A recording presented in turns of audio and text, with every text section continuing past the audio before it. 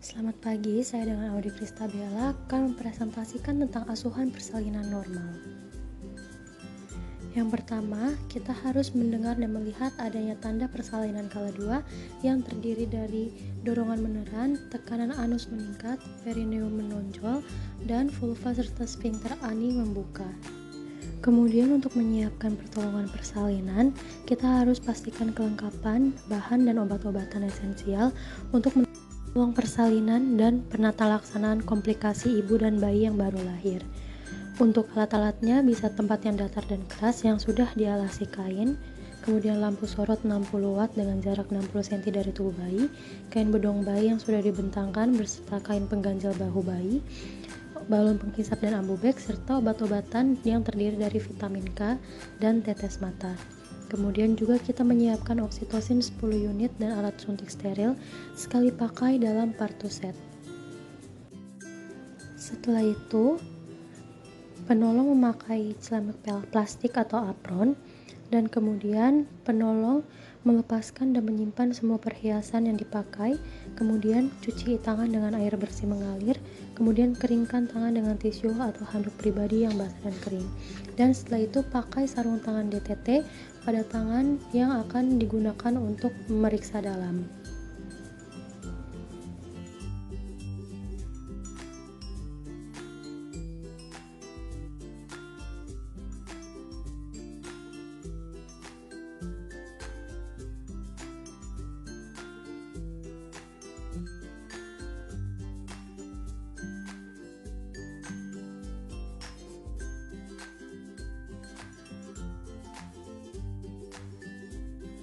Setelah selesai menggunakan sarung tangan, kita akan memasukkan oksitosin ke dalam tabung suntik dengan tangan yang memakai sarung tangan DTT dan steril dengan teknik satu tangan.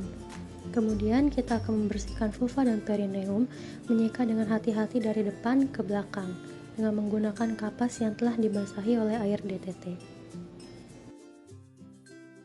Setelah selesai untuk membersihkan vulva dan perineum, maka selanjutnya kita dengan menggunakan teknik aseptik akan melakukan pemeriksaan dalam, waktu memastikan bahwa pembukaan serviks sudah lengkap atau belum. Bila selaput ketuban belum pecah sedangkan pembukaan sudah lengkap, lakukan amniotomi. Kemudian setelah itu akan dikontaminasi sarung tangan dengan cara mencelupkan tangan yang masih memakai sarung tangan kotor ke dalam larutan klorin 0,5%. Setelah itu kita akan memeriksa denyut jantung janin setelah kontraksi terakhir untuk memastikan bahwa DJJ dalam batas normal, yaitu 120-160 kali per menit. Setelah itu kita menyiapkan ibu dan keluarga untuk membantu proses pembimbingan meneran dengan memberitahu ibu pembukaan sudah lengkap dan keadaan janin baik, sambil membantu ibu menemukan posisi yang nyaman sesuai dengan keinginannya. Kemudian kita akan menunggu hingga ibu mempunyai keinginan untuk meneran sambil melanjutkan pemantauan.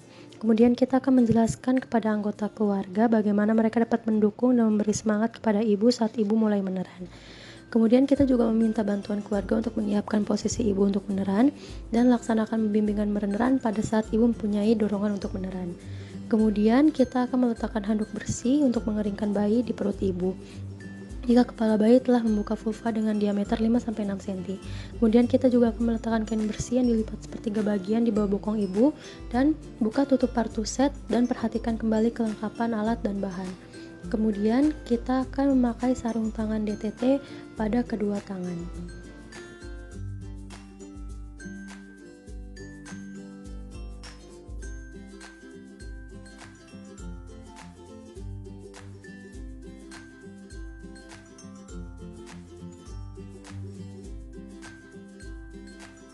Setelah tampak kepala bayi membuka vulva dengan diameter 5-6 cm, lindungi perineum dengan satu tangan yang dilapisi kain tadi, letakkan tangan yang lain di kepala bayi dan lakukan tekanan yang lembut. Kemudian seka dengan lembut muka, mulut, dan hidung bayi dengan kain atau kasa yang bersih, dan kemudian periksa kemungkinan adanya lilitan tali pusat. Setelah kepala melakukan putar paksi luar, tempatkan kedua tangan secara biparietal dan menganjurkan ibu untuk meneran saat kontraksi berikutnya.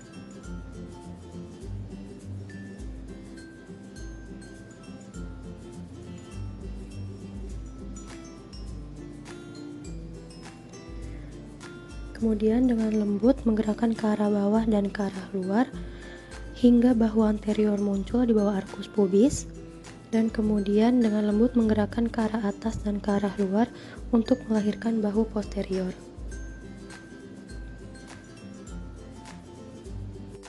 Setelah kedua bahu dilahirkan, tangan bergeser ke arah perineum ibu untuk menyangga kepala, lengan, dan siku sebelah bawah. Gunakan tangan atas untuk menelusuri dan memegang lengan dan siku sebelah atas. Setelah tubuh dan lengan lahir, penelusuran tangan atas dilanjutkan ke punggung, bokong, tungkai, dan kaki. Pegang kedua mata kaki bayi. Memasukkan telunjuk di antara kaki dan memegang masing-masing mata kaki ibu jari dan jari lainnya. Setelah bayi lahir, lakukan penilaian selintas pada bayi baru lahir. Jika bayi tidak menangis, tidak bernafas atau menggap-gap, lakukan langkah resusitasi. Kemudian kita mengeringkan bayi, membungkus kepala dan badan bayi kecuali bagian pusat, dan letakkan bayi di atas perut ibu. Dan periksa kembali uterus untuk memastikan tidak ada lagi bayi di dalam uterus.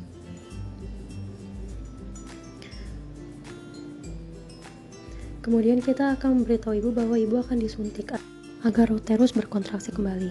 Dalam waktu 1 menit setelah bayi lahir, suntikan oksitosin 10 IU intramuskular di sepertiga paha atas bagian distal lateral.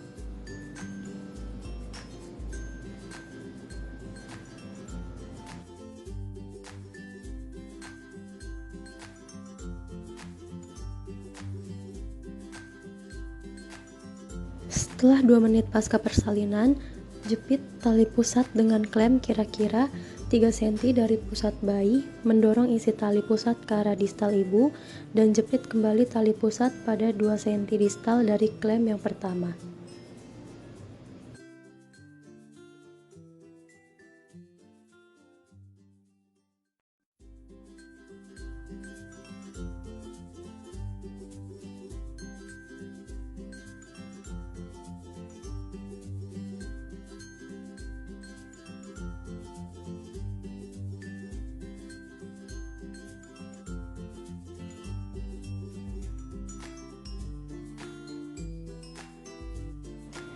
Kemudian kita akan keringkan bayi mulai dari muka, kepala, dan bagian tubuh lainnya.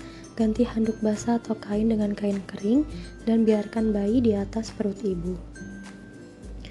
Letakkan bayi agar ada kontak kulit dengan ibu ke kulit bayi. Letakkan bayi tengkurap di dada ibu, luruskan bahu bayi sehingga bayi menempel di dada ibu atau perut ibu. Usahakan kepala bayi berada di antara payudara ibu dengan posisi lebih rendah dari puting payudara ibu. Kemudian selimuti bayi dan ibu dengan kain hangat dan pasang topi di kepala bayi.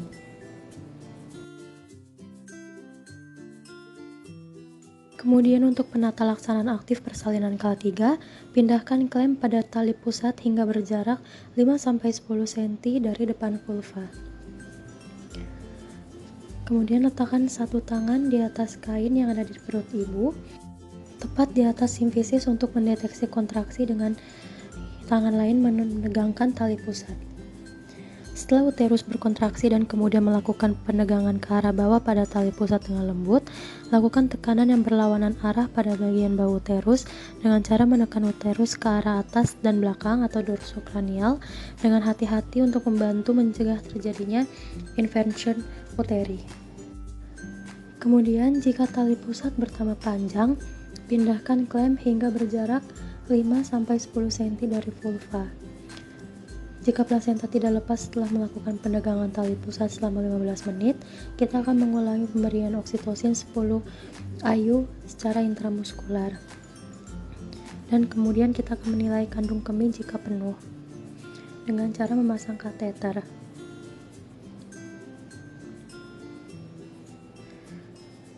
Kemudian, saat plasenta terlihat di introitus vagina, kita akan melanjutkan kelahiran plasenta dengan menggunakan kedua tangan.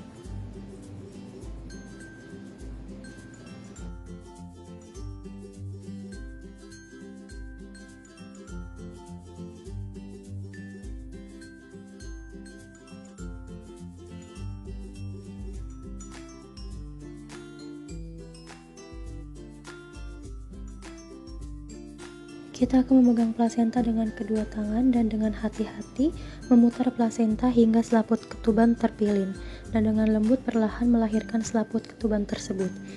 Jika selaput ketuban robek, kita akan memakai sarung tangan DTT atau steril dan memeriksa vagina dan desafix ibu dengan seksama, dan kemudian menggunakan jari-jari tangan atau klem DTT yang steril untuk melepaskan bagian selaput yang tertinggal. Segera setelah plasenta dan selaput ketuban lahir, kita akan melakukan masase uterus dengan meletakkan telapak tangan di fundus dan melakukan masase dengan gerakan melingkar.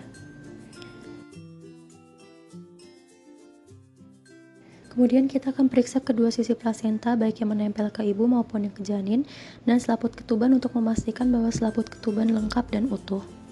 Meletakkan plasenta ke dalam kantong plastik atau tempat tuskus.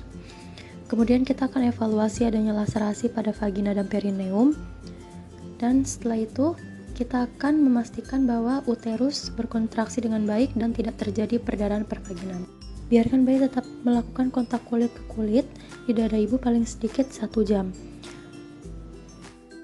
Sebagian besar bayi akan berhasil melakukan inisiasi menyusui dini dalam waktu 30-60 menit. Menyusui pertama biasanya berlangsung selama 10-15 menit.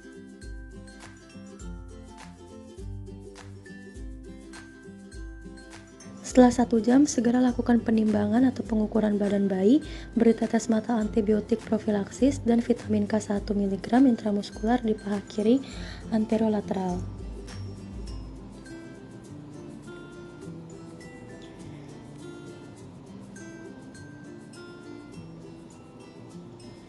Setelah 1 jam pemberian vitamin K1, berikan suntikan imunisasi hepatitis B di paha kanan anterolateral. Letakkan bayi di jangkauan ibu agar sewaktu-waktu bisa disatukan.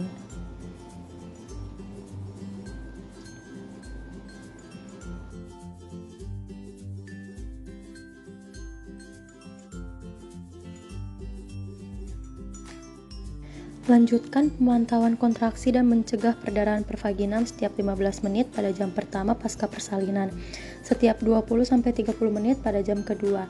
Jika uterus tidak berkontraksi dengan baik, melakukan asuhan yang sesuai dengan tata laksana atau neo uteri.